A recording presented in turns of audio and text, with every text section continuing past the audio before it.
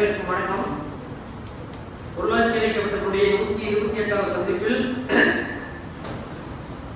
புலவர் கே.பி. ராமலிங்கம் ஐயா எழுதிய வருவதும் போவதுமான மலை குறித்த நூல் அறிமுகம்.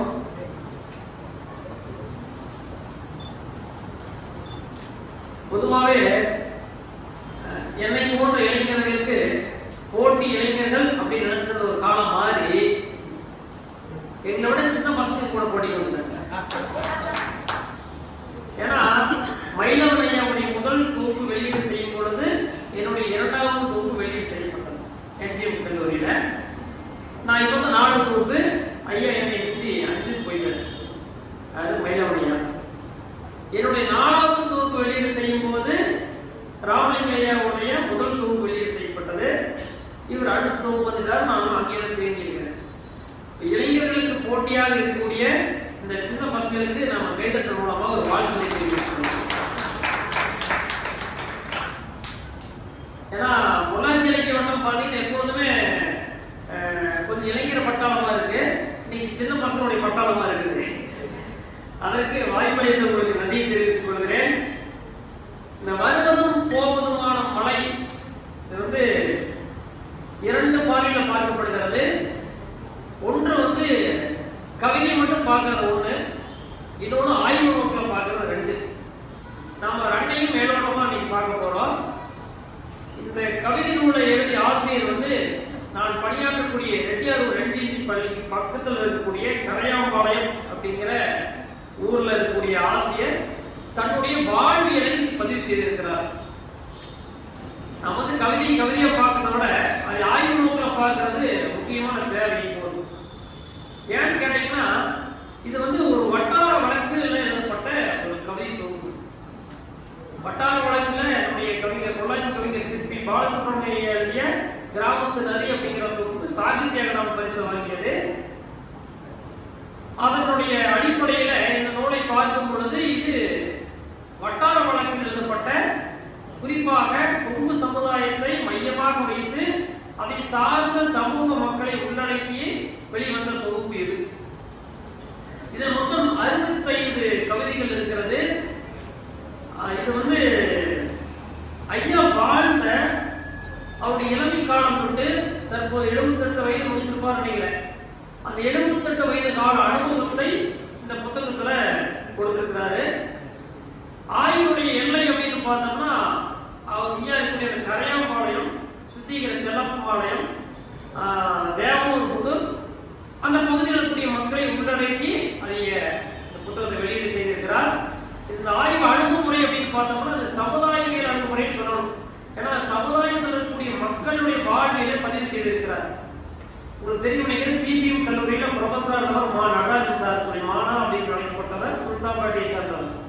அவரு வட்டார வழக்கு நாவல் எழுதுறதுல மிக கெட்டிக்காரர். அவருடைய ஊர் கலைஞ்சு போச்சுன்னு ஒரு நாவல், ஒண்டிக்காரன் பண்ணின்னு ஒரு நாவல், விசக்கடி அப்படிங்கிற நாவல் அவருடைய நாவல், அப்பத்தாளும் ஒரு கல்யாணம் அப்படிங்கிற ஒரு சிந்தனை தொகுப்பு. ஐயா வாசிக்கிறீங்கன்னு தெரியல, அது வாய்ப்பு இருந்தா நானும் ஒரு வாய்ப்பு தரேன், ரொம்ப வாசிங்க. ஏன் அப்படின்னு கேட்டீங்கன்னா இந்த தொகுப்பு, இந்த புத்தகம் பல நாவல்களுக்கு சமமான புத்தகம். இதுல தை மாசத்தை பத்தி ஒரு 4 பக்கத்துல கவிதை இருக்கிறார். அது வந்து ஒரு நாவலே எழுதலாம், ஒரு நாவலே எழுதலாம். அது மட்டும் இல்லாம இதுல சில வரலாற்று செய்திகளை பதிவு செய்திருக்கிறார். அது வந்து நான் சொல்லிடுறேன். பாலாற்றின் பாவக்கதை அப்படின்னு 92ஆம் பக்கம் ஒரு கவிதை வச்சிருக்கிறார்.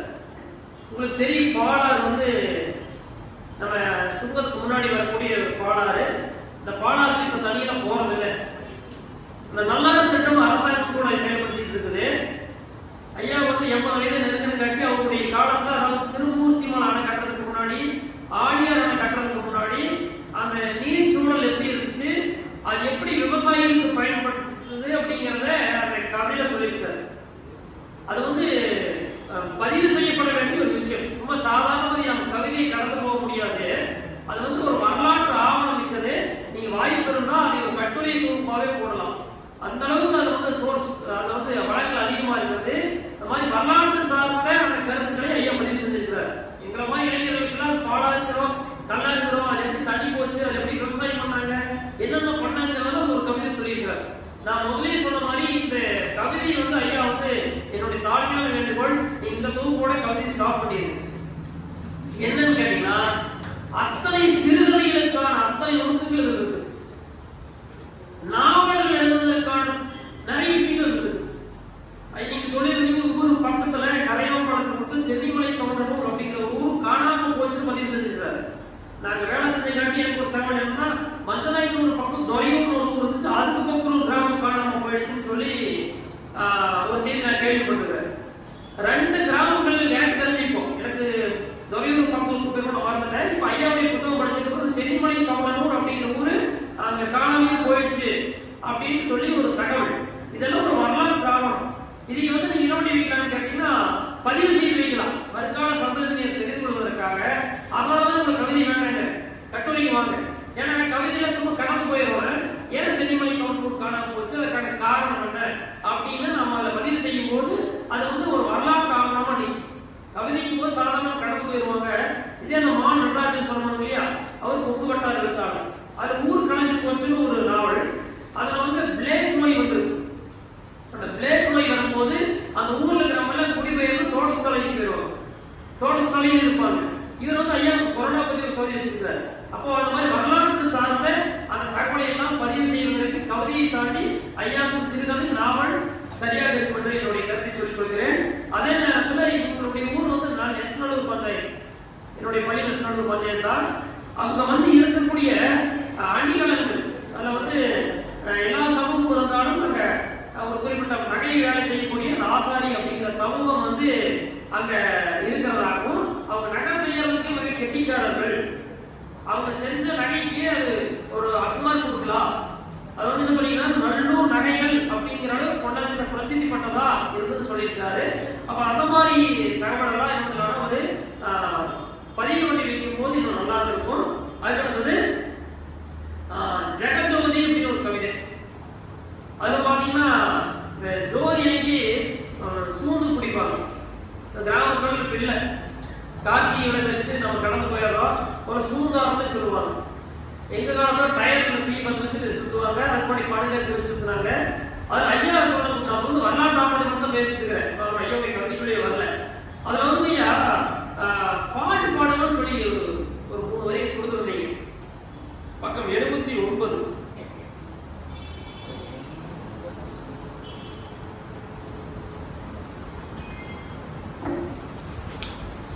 அதுல பாட்டு பாடுறது வந்திருக்குன்னு சொல்லி, காகிதத்தில் எழுதா பாடல்கள், காது பூசும் அந்த பாட்டுகள், ஆனைமலையிலே கிழவன், படகட்டி படகட்டி மூங்கிலே, இளம் புள்ளத்தாச்சி, கார்த்திகை மாசம் திருவிளக்கு, இப்படி எல்லாம் பாடலாம் வருது. ஆனா கடைசியில வந்து அந்த பாடல் ஆபாசத்துல முடியும்னு சொல்லியிருக்கிறீங்க. ஆக்சுவலா வரலாற்றுல பதிவு செய்யும் போது ஆபாசங்கிறதே கிடையவே கிடையாது. அதனால வாய்ப்பு இருந்தா அந்த மாதிரி பாடல்களும் நீங்க தொகுத்து அதை புத்தகமாகவே போடலாம். இப்படி தன்னுடைய வாழக்கூடிய பகுதி சார்ந்து அங்க இருக்கக்கூடிய மக்கள் சார்ந்து ஐயா வந்து இந்த கவிதைகளை பதிவு செய்திருக்கிறாரு. குறிப்பா வந்து வட்டார சொற்கள் சொல்லுவோம். வட்டார சொற்கள்ங்கிறது நம்ம ஊர்ல பேசுற பாஷை, வேற மாநிலத்துல பேச மாட்டாங்க, அப்படி பேசுறதுக்கு வேற பொருளா இருக்கும். இவர் வந்து ஒரே ஒரு கவிதையில பல்வேறு வட்டார சொற்களை பயன்படுத்தியிருக்காரு. பக்கான்னு சொல்லுவோம். இப்ப வந்து கிலோ கணக்காயிடுச்சு, முதல்ல பக்கா 4 பக்கா 1 பக்கா 2 பக்கா அப்படிங்கிற மாதிரி இந்த பக்காவை பத்தி பதிவு செஞ்சிருக்கிறாரு. மலங்கூட்டு வண்டி அப்படின்னு மாட்டு வண்டியில ஒரு வகை இருக்கிறதாக அவர் பதிவு செய்திருக்கிறார். ராங்கல் என போன ராக்கு மகள் ராங்கல் சொல்லுவாங்க, அதை பற்றி பேசியிருக்கிறாரு. அது மட்டும் இல்லாம அந்த வெண்ணைக்காரமான ஒரு கவிதை, அருமையான கவிதை. தேவனூர் புதூர்ல இருந்து ஒரு அம்மா வந்து வெண்ணெய் வச்சுட்டு வருவாங்க. அந்த வெண்ணெய் வச்சுட்டு வந்து வெண்ணெய் வாங்குறத வச்சு ஒரு மிகச்சிறந்த கவிதை எழுதியிருப்பாங்க. அந்த காலங்கள் மாறி வந்து ஊரா போய் எண்ணெய் வச்சுட்டு வருவாங்க. அது இன்னைக்கு காலம் மாறிடுச்சு, அது வந்து இன்னைக்கு எப்படியோ டிபார்ட்மெண்ட் ஸ்டோர் வந்து அபகரிச்சுன்னு சொல்லி தன்னுடைய கவிதை பதிவு செஞ்சிருக்கிறாரு. அதுல ஒரு விஷயம் என்னன்னா, தராசு தட்டுல இடம் போட்டிருக்காங்க. அப்போ பழம் தோளா அப்படிங்கிற எடையை வச்சு போட்டிருக்கிறாங்க. அதுல எங்களுக்கு ஆச்சரியம் இருக்கு, பழம்னு எங்களுக்கு தெரியாது, தோளா அப்படின்னா என்ன எங்களுக்கு தெரியாது. இந்த மாதிரி விஷயங்களை நீங்க இன்னும் பதிவு செய்யும் போது பாத்தீங்கன்னா அது இன்னும் நல்லா இருந்திருக்கு. அதே நேரத்துல ஒரு கவிதை என்ன கவிதைன்னா,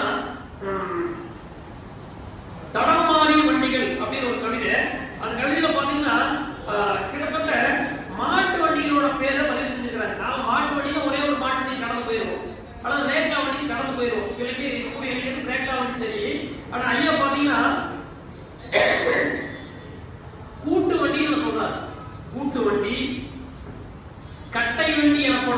வண்டி 2, சவாரி வண்டி 3, வில் வண்டி 4, மெத்தை வண்டி 5, டயர் வண்டி 6, ஒற்றை மாட்டு வண்டி 7.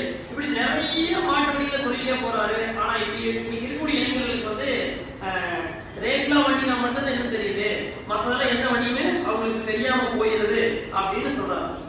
இவருடைய இந்த கவிதை தொகுப்புல என்ன அப்படின்னா, இவருக்கு ஒரே ஒரு ஏக்கம், அது வந்து கவிதை ஃபுல்லா தெரியுது. என்ன ஏக்கம் கேட்டீங்கன்னா, இவர் வாழ்ந்த அந்த கரையாம்பாளையம் அந்த பகுதி தன்னுடைய அடையாளத்தை இழந்து போச்சு. அங்க இருக்கக்கூடிய மனிதர்கள் யார் அங்க இல்ல, நமக்கு பிடிச்ச மாதிரி இங்க வாழ முடியல, அது அழகான கிராமமா இருந்துச்சு, அது என்ன போச்சு, ரொம்ப மாறி போச்சு அப்படின்னு சொல்லிட்டு அதோட ஏக்கத்தை ஒரு கவிதையில பதிவு செய்யறாரு. பரமசிவன் தோட்டம் அப்படின்னு ஒரு தோட்டம் இருந்திருக்குது. அங்க இருக்கக்கூடிய விவசாயி வந்து அந்த விவசாயம் பண்றாரு. ஒரு வியாபாரம் நல்லா ஆகல, போட்ட முதலீடு வெளியே வரல, லாபம் கிடைக்கல, அதனால என்ன முடியல, நாங்க வாழ முடியல. கடைசியா என்ன பண்றாருன்னா, பரமசிவன் தோட்டம் சிவா கார்டன் ஆனது. வட்டி சோறு போடும் வாசலுக்கே வந்து கெஞ்சின வங்கிகள். காசு போட்டு கொடுத்தோம்னா பேங்கார நீ வட்டி போட்டு போடுங்க, வீட்டுக்கு பணம் வர முடியும். இரவு படுத்தான் தூக்கமில்லை, எதிர்கால சந்ததிகளுக்கு எந்த மண் சோறு போடும் என்ற கவலை அவன் படுத்து கிடக்கிறான்னு சொல்லி அந்த கவிதை போகும். இது அந்த சிவாகாரன் பரமசிவனுடைய கவலை, ஐயாவுடைய கவலை. ஏன்னா நீ கிராமங்கள் என்ன பண்றாங்கன்னா, பாக்குறேன் அப்படின்னா கணக்கு போட்டு டவுன் வந்துடுறாங்க. டவுன் போது என்ன பண்றாங்கன்னா, மகாணி ஒரு அரசுல பட்டம் படிக்கிறாங்க. பட்டம் படிச்சுட்டு அந்த ஒரு கவிதை அதை நகைச்சுவையே சொல்லியிருப்பாரு. இந்த ரவுண்டாக வச்சு கவிதை இருக்காரு, நிறைய நண்பர்கள் வந்திருக்காரு. அது மிகப்பெரிய கவிதை. ஐயா வந்து நான் முதல்ல ஆரம்பிச்சு சொல்லுவோம், ஏன் சிறுகதைக்கு நீங்க மாறிங்கன்னா, கவிதைங்கிறது உள்ளடக்கம் வந்து நிறைய இருக்கும், நம்முடைய வரிகளோட அமைப்பு சிறுசா இருக்கும். ஆனா ஐயாவுடைய வந்து நிறைய விஷயங்கள் இருக்கு. அது வந்து கடைசி ஒரு முத்தையும் அந்த ரவுண்டாக மட்டும் சொல்லிடுறேன். தினந்தோறும் நடையாளர்களுக்கு சர்க்கரை குறைக்கிறதோ இல்லையோ, சுகரை வாங்கி போவோம் இல்லையா, தினந்தோறும் நடையாளர்களுக்கு சர்க்கரை குறைக்கிறதோ இல்லையோ, ரவுண்டான வாசல் சக்தி கஃபே டப்பாவில் வேகமாய் குறைகிறது சர்க்கரை. வந்து ரவுண்டான வாங்கி போறவங்க பெரும்பாலும் பரமசிவத்தோட வித்துட்டு வந்தவங்களாக இருந்திருப்போம் அப்படிங்கிற. அப்படி வந்தாலும் அவர் சொல்லிக்கிறார் அருமையா, இங்க சர்க்கரை குறையாது, சக்தி கப்பாலே இருக்கு, சர்க்கரை குறைஞ்சதுன்னு நம்முடைய அதை பதிவு செஞ்சிருக்கிறாரு. அதே மாதிரி கிராமத்து வெடிகள் அப்படின்னு ஒரு கவிதை.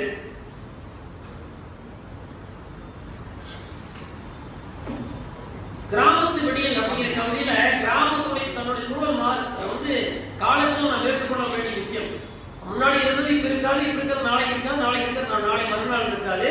ஆனா வந்து ஐயா கரையம்பாளையில் பிறந்து வளர்ந்தவர், அவருடைய சூழல் அங்க எப்படி மாறிடுச்சு, கிராமத்துடைய வாழை எப்படி மாறிடுச்சுங்கிற ஒரு கவிதை.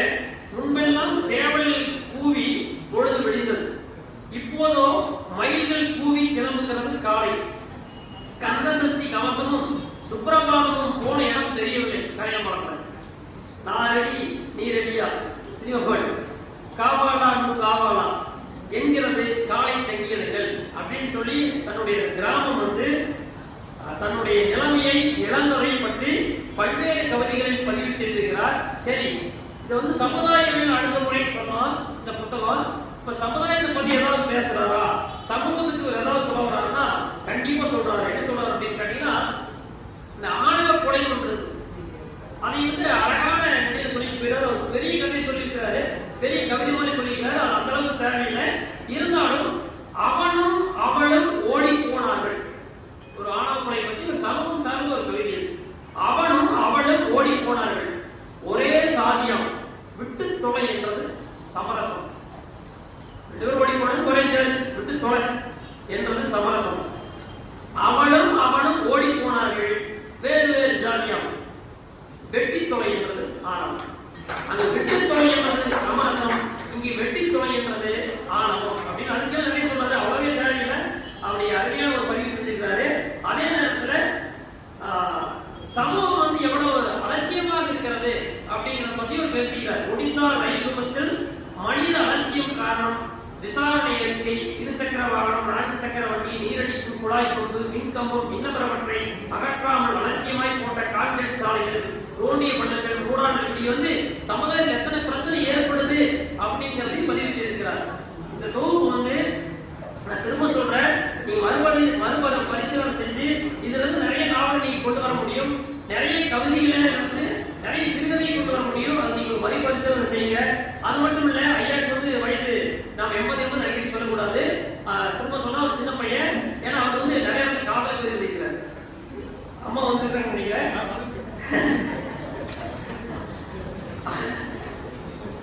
அம்மா இந்த கவிதை கொடுக்கான்னு பார்த்துருங்க.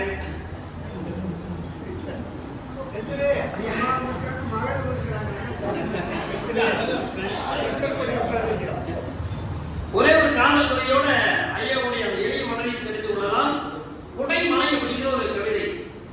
இன்றும் நாளையும் கனமழைக்கு வாய்ப்பு, வானிலை கணிப்பு, படிமுடிந்து பேருந்தில் இறங்கி மெல்ல நடந்தேன்.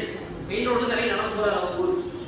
இன்றும் நாளையும் கனமழைக்கு வாய்ப்பு, வானிலை கணிப்பு, படிமுடிந்து பேருந்தில் இருந்து இறங்கி மெல்ல நடந்தேன்.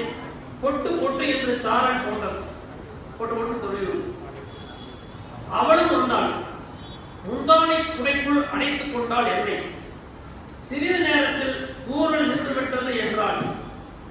சிம்லா மலையின் நெஞ்சில் கொடையால் இடையால் அவள் நாளை வருவாளா மலையை வேண்டினேன் அப்படின்னு சொல்லி அவர் கவிதையை முடிச்சுக்கிறாரு. ஐயா, தொடரட்டும் மலை, ஏன்னா வருவதும் போவதுமான மலை.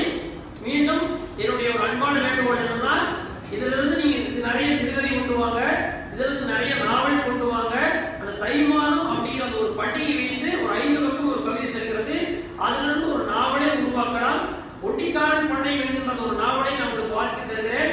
ஒரே ஒரு கேரக்டர் வச்சுட்டு ஒரு நாவலை எழுதியிருப்பாரு. அப்படிப்பட்ட அத்தனை அம்சமும் உங்களுக்கு இருக்கிறது. உங்களுக்கு கவிதையை விட சிறுகதை நாவல் வந்தால் நாங்கள் வரவேற்போம், ஏன்னா வாசிப்போம். ஏன்னா ஒரு விஷயத்தை நீங்க சொல்லி கடந்து போய முடியாது. நாவல் நீங்க விளக்கமா சொல்லுவீங்க. அதுல இருந்து இந்த சமூகம் நிறைய செய்திகளை பெற்றுக்கொள்ளும். இந்த வாய்ப்புக்கு நன்றி கூறி விடைபெறுகிறேன்.